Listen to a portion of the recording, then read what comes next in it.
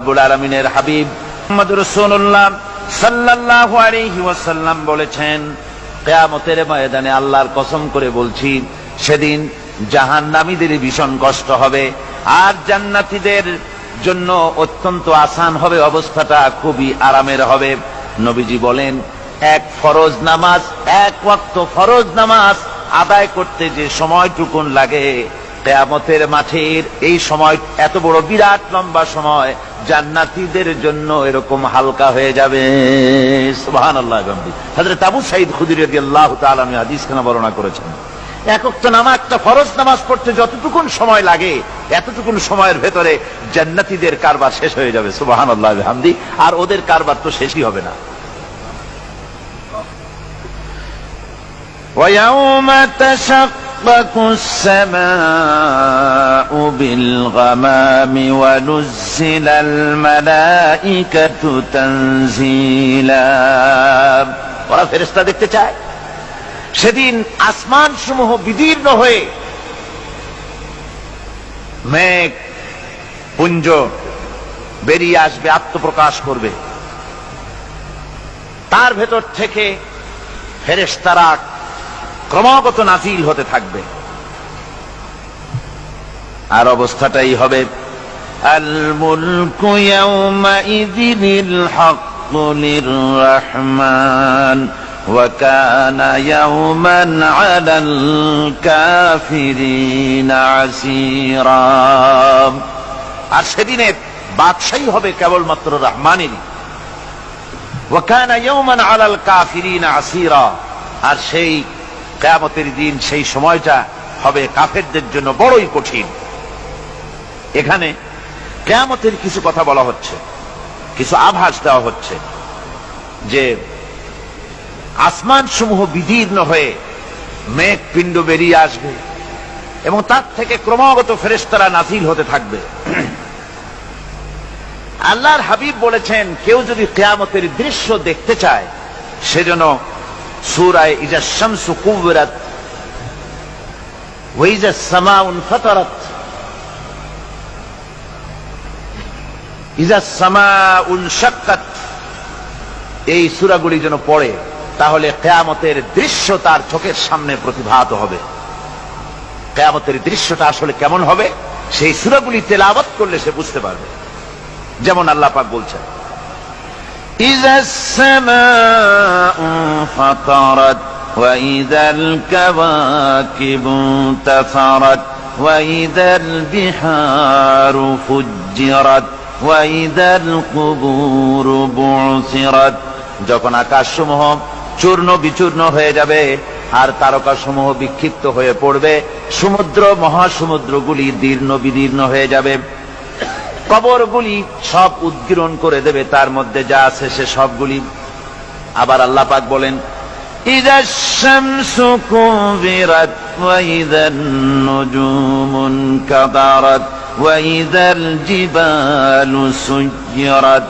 সূর্য যখন ঢেকে যাবে, তারকাগুলি যখন বিপর্যস্ত হয়ে যাবে আর পাহাড়গুলি যখন চালিয়ে দেওয়া হবে, এই দৃশ্য তোমরা দেখতে পাবে। فَإِذَا النُّجُومُ طُمِسَتْ وَإِذَا السَّمَاءُ فُرِجَتْ وَإِذَا الْجِبَالُ نُسِفَتْ। সেদিন অবস্থা এমন হবে, সমস্ত তারকাগুলি স্তিমিত হয়ে যাবে আর আকাশসমূহ দীর্ণ বিদীর্ণ হয়ে যাবে। আর দেখতে পাবে পাহাড়গুলি, সমস্ত পাহাড়গুলিকে উড়িয়ে দেওয়া হবে। আবার অবস্থা আরো কি হবে, فَإِذَا بَرِقَ الْبَصَرُ وَخَسَفَ الْقَمَرُ وَجُمِعَ الشَّمْسُ وَالْقَمَرُ। যখন চক্ষু বিস্ফারিত হয়ে যাবে মানুষের, চাঁদ আর সূর্য নিষ্প্রভ হয়ে যাবে, সব একাকার হয়ে যাবে, চন্দ্র এবং সূর্য তার অস্তিত্বকে হারিয়ে ফেলবে। শুধু তাই নয়, وَحُمِلَتِ الْأَرْضُ وَالْجِبَالُ فَدُكَّتَا دَكَّةً وَاحِدَةً। জমিন ও পাহাড়গুলির মধ্যে সংঘর্ষ লাগিয়ে দেওয়া হবে, আর তা এক ধাক্কায় জমিন এবং সমস্ত পাহাড়গুলি চূর্ণ বিচূর্ণ হয়ে যাবে। সুবহানাল্লাহি ওয়া বিহামদিহি। আল্লাহ রাব্বুল আলামিন বলছেন, এইভাবে করে কিয়ামতের দৃশ্য, বিভীষিকাময় দৃশ্য তোমরা দেখতে পাবে। আর সেদিনের রাজত্বটা কার হবে? আল মুলকু ইয়াউমাইযিনিল হাক্কু লির-রাহমান। সেদিনের রাজত্ব হবে কেবলমাত্র রহমানের। অর্থাৎ যেসব কৃত্রিম বাদশাহী দেখে তোমাদের চোখে ধাঁধা লেগে গিয়েছে, তোমাদেরকে দুনিয়ার বাদশাহী দেখে তোমরা ধোঁকায় পড়ে গিয়েছো, এসব বাদশাহী কিছুই টিকবে না সেদিন। সেদিন শুধু বাদশাহী থাকবে একমাত্র আল্লাহ পাকের। কার থাকবে বাদশাহী? জোরে বলেন কার? আল্লাহ রাব্বুল আলামিন যখন কিছুই থাকবে না ঘোষণা করবেন লিমানিল মুলকুল ইয়াউম লিল্লাহিল ওয়াহিদুল কাহ্হার। আজকে কার রাজত্ব? চারিদিক থেকে আওয়াজ আসতে থাকবে পরাক্রমশালী আল্লাহ রাব্বুল আলামিনের রাজত্ব। আর কারণ নয়, হাদিস শরীফে এসেছে, বুখারী মুসলিম শরীফের হাদিসে এসেছে, আল্লাহর নবী বলেন আল্লাহ রাব্বুল আলামিন তখন তার এক হাতে আকাশ মণ্ডলীকে ধারণ করবেন, আর এক হাতে জমিনকে ধারণ করবেন। আকাশ মণ্ডলী এক হাতে, জমিন এক হাতে। এভাবে আল্লাহ রাব্বুল আলামিন বলবেন আইনাল জাব্বারুন আইনাল মুতাকাব্বিরুন। কোথায় সেই স্বৈরাচারীরা? কোথায় সেই দুর্বিনীত অহংকারী স্বৈরাচার যারা আমার জমিনের উপরে, আমার মানুষের উপরে রাজত্ব চালিয়েছে? তারা আজকে কোথায়? কোথায় সেই অহংকারীরা?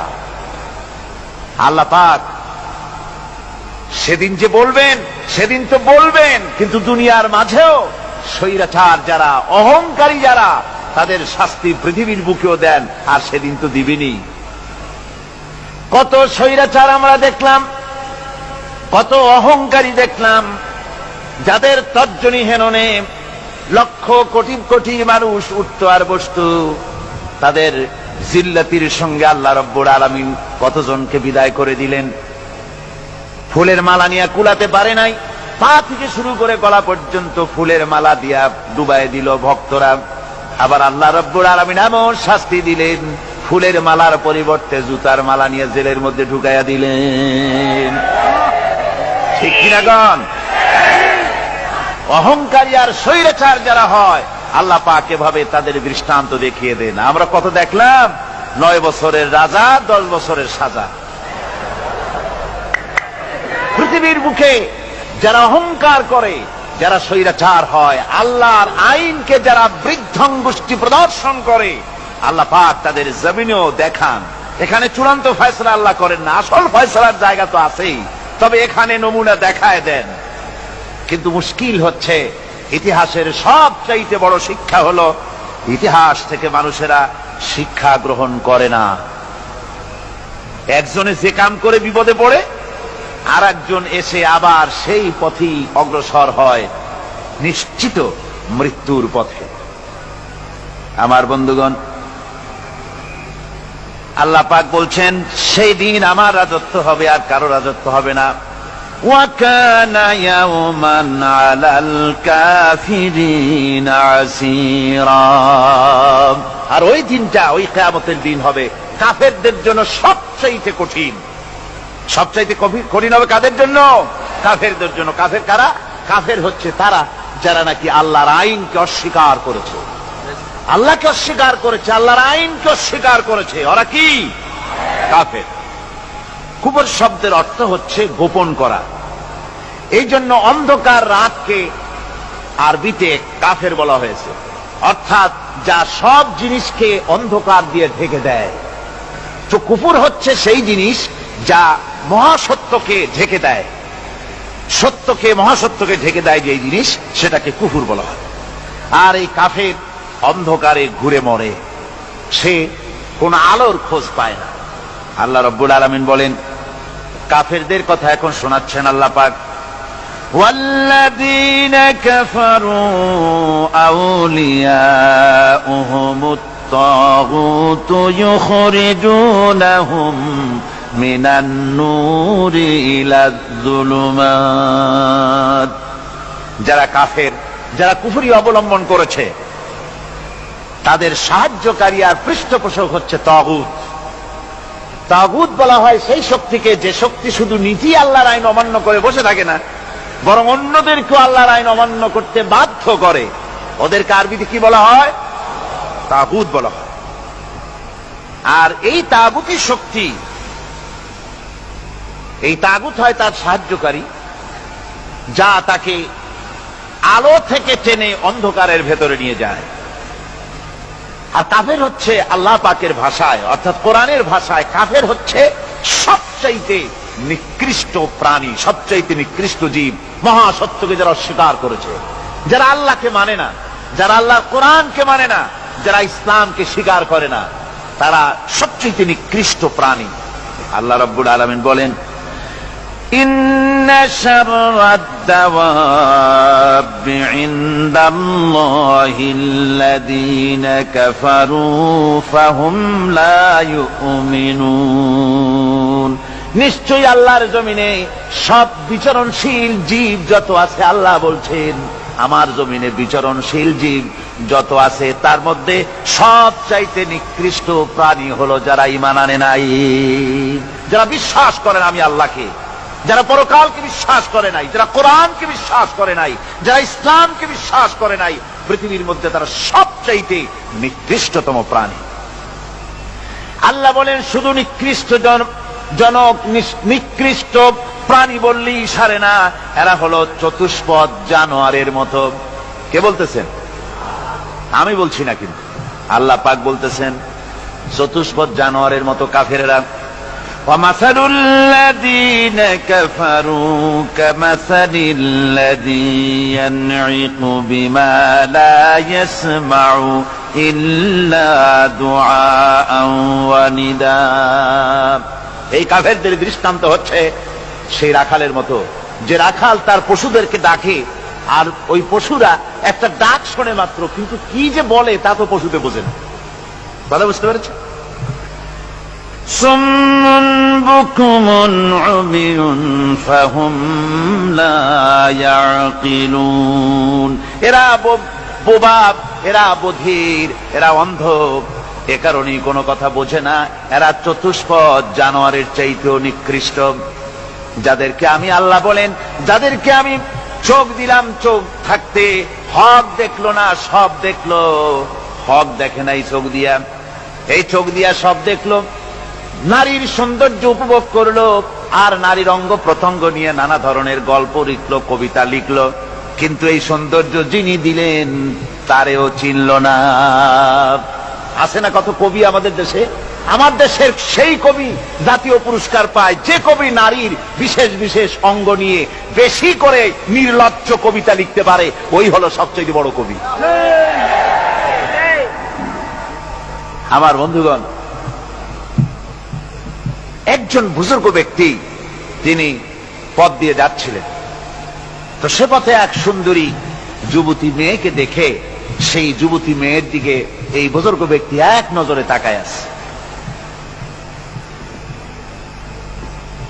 তখন এই ঘটনাটাকে কবি এভাবে লিখতেছেন সাজায়, একদা সুখদায়ক প্রমোদা বদন দর্শন করিব ঝরিল নয়ন, হেসে কহে সে রূপসী সবিস্ময় মন, কহ দেখি মহাশয় কহ কি কারণ, বিষয় বিরাগী তুমি ভুবনে প্রচার, কি হেতু জন্মিল তব মানস বিকার, সামান্য ললনা রূপ করি দর্শন, উচিত না হয় তব অশ্রু বরিশন।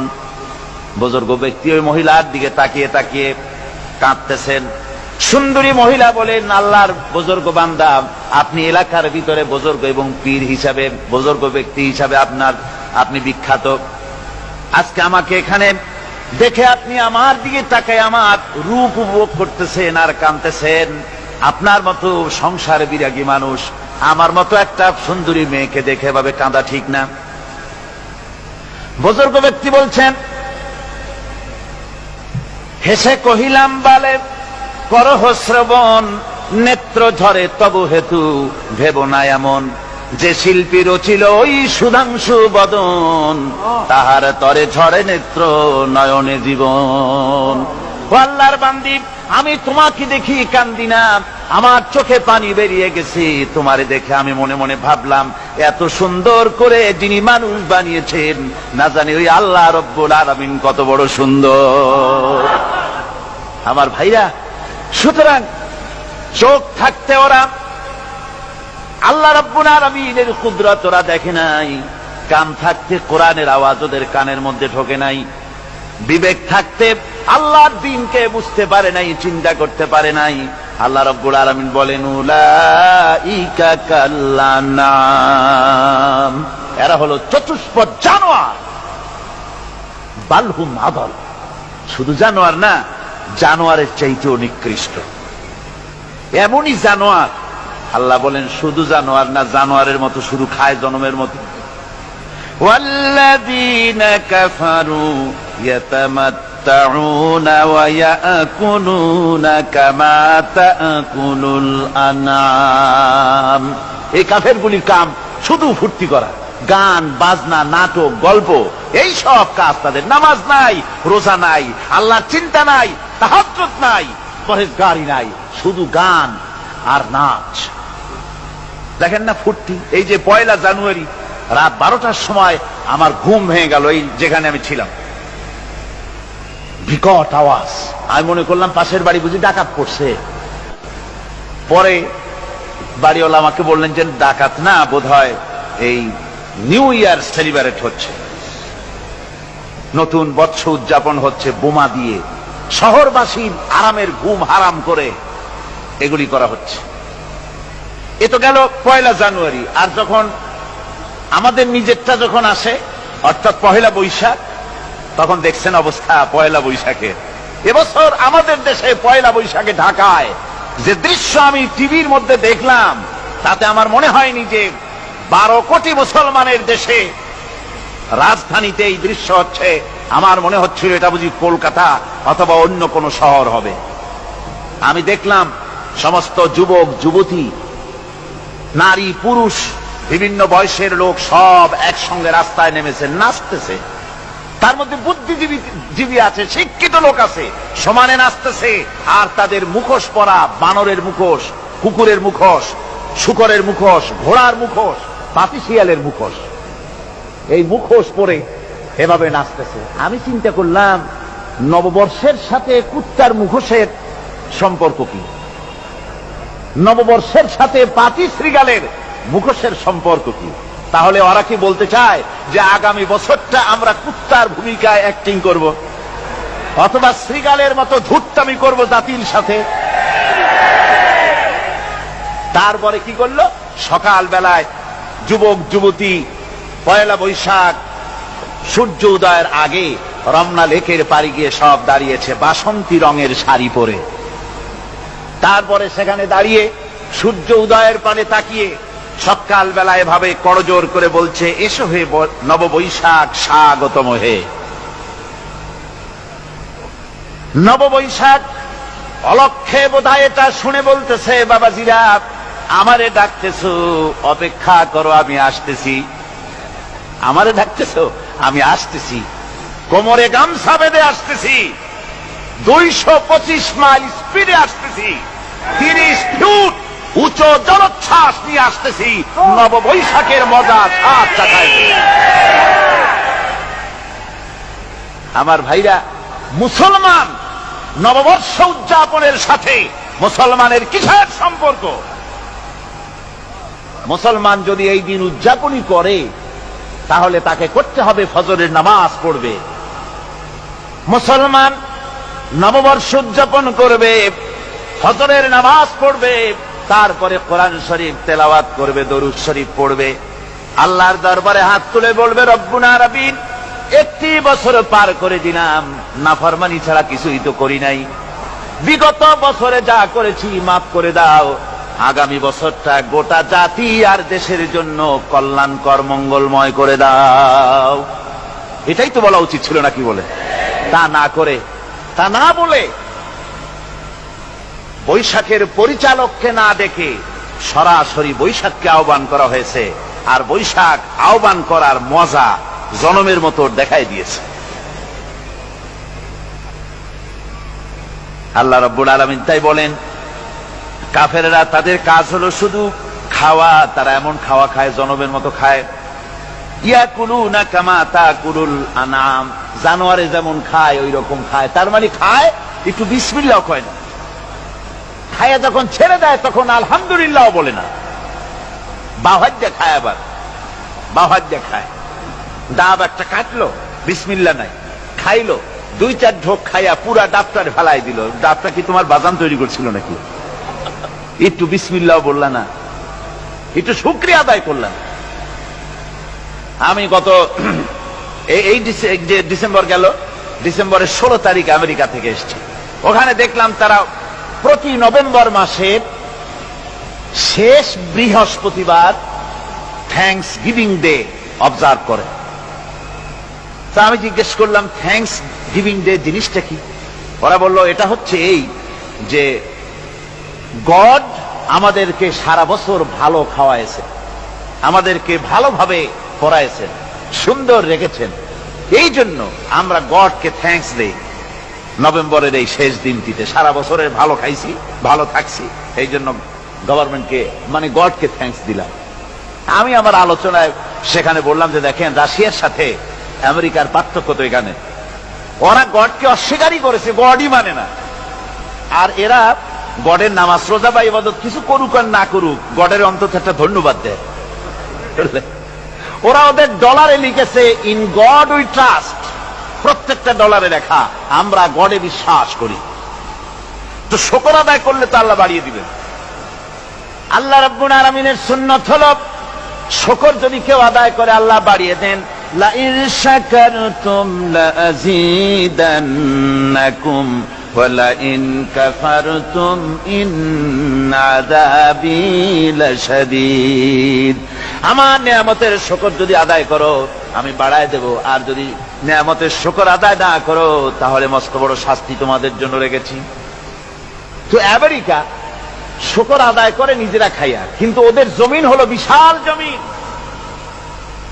আমি কয়েকবার গিয়েছি এবং বহু স্টেট সফর করেছি। ওদের জমিন এত ফার্টাইল, জমিনে যদি রীতিমতো তারা ফসল ফলাতো, এই ফসল সারা দুনিয়ার দরিদ্র ভূমুক্ষ জনতাকে খাওয়াইয়া বাঁচাইতে পারত। কিন্তু ওরা তা করে না। ওরা করে কি? ওরা মুনাফার হার, বাজার দর ঠিক রাখার জন্য নির্দিষ্ট পরিমাণ জমিনে ফসল ফলায়, কিন্তু জমিন এতই উর্বর, ওদের মেজারমেন্ট করা, মাপ করা, হিসাব করা ফসল হয় না, ফসল হয় বেশি। তখন বাড়তি ফসলকে তারা প্রতি বছর লক্ষ লক্ষ টন আলু আর গমকে তারা সমুদ্রে নিক্ষেপ করে।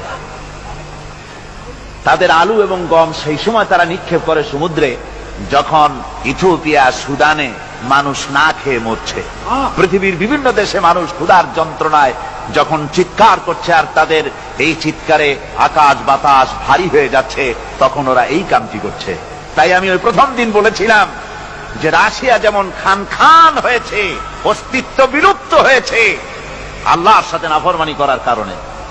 আপনারা বলতে পারেন কমিউনিজম কি একটা সহজ ব্যাপার? একটা বিরাট শক্তি পৃথিবীর বুকে, কত দেশ তারা ডমিনেট করতেছিল। কোন যুদ্ধ নাই, কোন রক্তপাত নাই, বিনা ধাক্কায়, বিনা বাতাসে, বিনা ঝড়ে বিশাল মহিরুহু চিৎপটাং।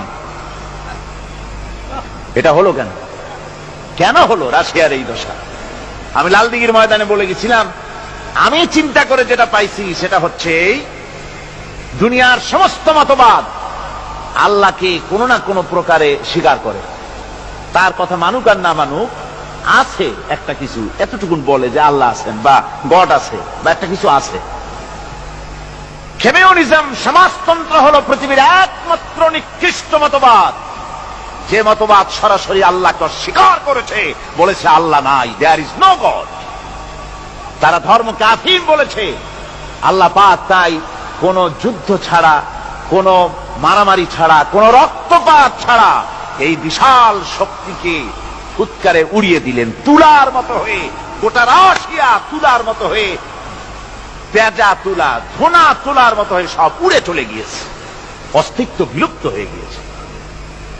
কিন্তু আমাদের দেশের খুচরা কমিউনিস্টরা এখনো স্বপ্ন দেখে ওই যে কালকে বলেছি, তারা বলে কলমের খোসা এটা এখনো নষ্ট করা যাবে না, এটা এখনো চালু করা হবে, এখনো চীনে আছে, এখনো কিউবায় আছে। ওই কিউবা থেকে, চীন থেকে ফিদেল কাস্ট্রোর একটু আওয়াজ শোনে, চীন থেকে মিস্টার ব্যাং না কি জানি না, ব্যাং, এর আওয়াজ শোনে, আর তাই মনে করে এ বুঝি সমাজতন্ত্রের বিজয়ের গান। না, চীন থেকে আর কিউবা থেকে যে আওয়াজ আজকে উঠতেছে, এই আওয়াজ সমাজতন্ত্রের বিজয়ের আওয়াজ নয়, এটা হলো সমাজতন্ত্রের মরণ যন্ত্রণার গোঙানির আওয়াজ। কাজেই এরা দুনিয়ার বুকে শুধু আনন্দ এবং ফুর্তি করে, আল্লাহর হককে, আল্লাহকে চিনতে তারা ব্যর্থ হয়েছে। আল্লাহ রাব্বুল আলামিন বলেন, অবিশ্বাসীদের কৃতকর্ম, তাদের কাজগুলি, তাদের কর্মফল সব নিষ্ফল হয়ে যাবে। ওয়াল্লাযীনা কাফারু আ'মালুহুম কাসারাবিন বিকিআতিন ইয়াহসাবুহুল যামআনু মা। আল্লাহ পাক বলেন, কাফের যারা, অবিশ্বাসী যারা, যারা আমাকে অস্বীকার করেছে, অবিশ্বাস করেছে, তাদের আমলগুলি হলো মরুভূমির মধ্যে মরীচিকার মতো।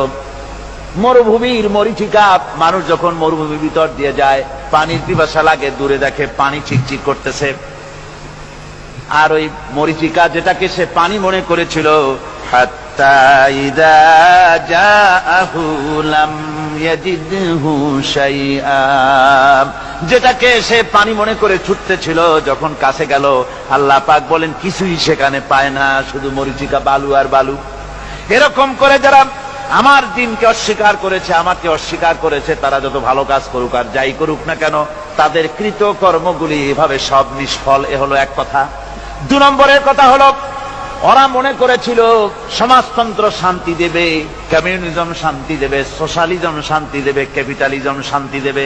এই শান্তির চিন্তা করে অগণিত মানুষকে হত্যা করে সমাজতন্ত্রের রাজত্ব যখন কায়েম করলো, 70 বছর চলে গেল, তারপরে তারা দেখলো হাত্তা ইযা জাআহু লাম ইয়াজিদহু শাইআ, কিচ্ছুই পেল না। তারা ক্ষুধার যন্ত্রণায় মরলো, কাপড় নাই, খাবার নাই। তারা ওই রাশিয়া থেকে, চেকোস্লোভাকিয়া থেকে, যুগোস্লাভিয়া দিয়া, রোমানিয়া থেকে, হাঙ্গেরি এবং পোল্যান্ড আর মঙ্গোলিয়া থেকে, সেখানে সমাজতন্ত্র তাড়াতে আমরা যাই নাই। আমরা সেখানে সমাজতন্ত্রের বিরুদ্ধে তাফসীর করি নাই, ব্যাখ্যা করি নাই, বক্তব্য রাখি নাই। ওই সব দেশ থেকে সমাজতন্ত্র তাড়াইছে কে? কারা তাড়িয়েছে? না না, ওরা নিজেরাই, সেই দেশের জনগণই এটাকে উৎখাত করেছে তাদের জমিন থেকে। আল্লাহ পাক বলছেন, যারা আমার দিনকে, আমার বিধানকে যারা অস্বীকার করবে, তারা এই অস্বীকারী অবস্থায় যদি মৌত হয়, আমার সমাজতন্ত্রী কোনো ভাই যদি এ মাহফিলে থাকেন, কমিউনিস্ট কোনো ভাই যদি এ মাহফিলে থাকেন, তাহলে শুনুন আল্লাহ কি বলতেছেন। আল্লাহর দিনকে, আল্লাহর কোরআন, পূর্ণাঙ্গ জীবন বিধান, অর্থনীতি আছে, সমাজনীতি আছে, রাজনীতি আছে, কথা যারা বিশ্বাস করে না, কোরআনকে শুধুমাত্র নামাজ, রোজা, হজ, যাকাত আর বেহেশত দোজখ যারা মনে করে, জীবন ব্যবস্থা মনে করে না, এই অবস্থায় যদি মারা যায়, আল্লাহ রাব্বুল আলামিন বলেন, ইন্নাল্লাযীনা কাফারু ওয়া মাতু ওয়া হুম কুফফারুন উলাইকা আলাইহিম লানাতুল্লাহি ওয়াল মালাইকাতি ওয়ান নাসি আজমাইন। আল্লাহ রাব্বুল আলামিন বলেন, আমাকে অস্বীকার করার অবস্থায়, আমার দিনকে, বিধানকে অস্বীকার করার অবস্থায় যদি মৌত হয়ে যায়, তাহলে আল্লাহ, ফেরেশতা এবং তামাম পৃথিবীবাসীর অভিসম্পদ তার উপরে হতে থাকে, লানত হতে থাকে। খালিদিনা ফিহা লা ইউখাফফাফু আনহুমুল আযাবু ওয়া লা হুম ইউনজারুন। এই অভিসম্পদ অবস্থায় তারা সব সময় লিপ্ত থাকবে, না তাদের আযাবকে কমায় দেওয়া হবে, আর না তাদের কোন রকম অবকাশ দেওয়া হবে। এখন আরো মজবুত কথা আসতেছে, ওয়ায়াউমা ইয়া'আদ الظالم على يديه يقول يا ليتني اتخذت مع الرسول سبيلا সেদিন জালেমেরা নিজেদের হাত কামড়াতে থাকবে। কোন দিন? বোঝেন না কথা? কোন দিন? কিয়ামতের দিন। কিয়ামতের দিন জালেমেরা নিজেদের হাত কামড়াতে থাকবে আর বলবে ইয়া লাইতানি ইত্তাখাযতু মা'আর রাসূলি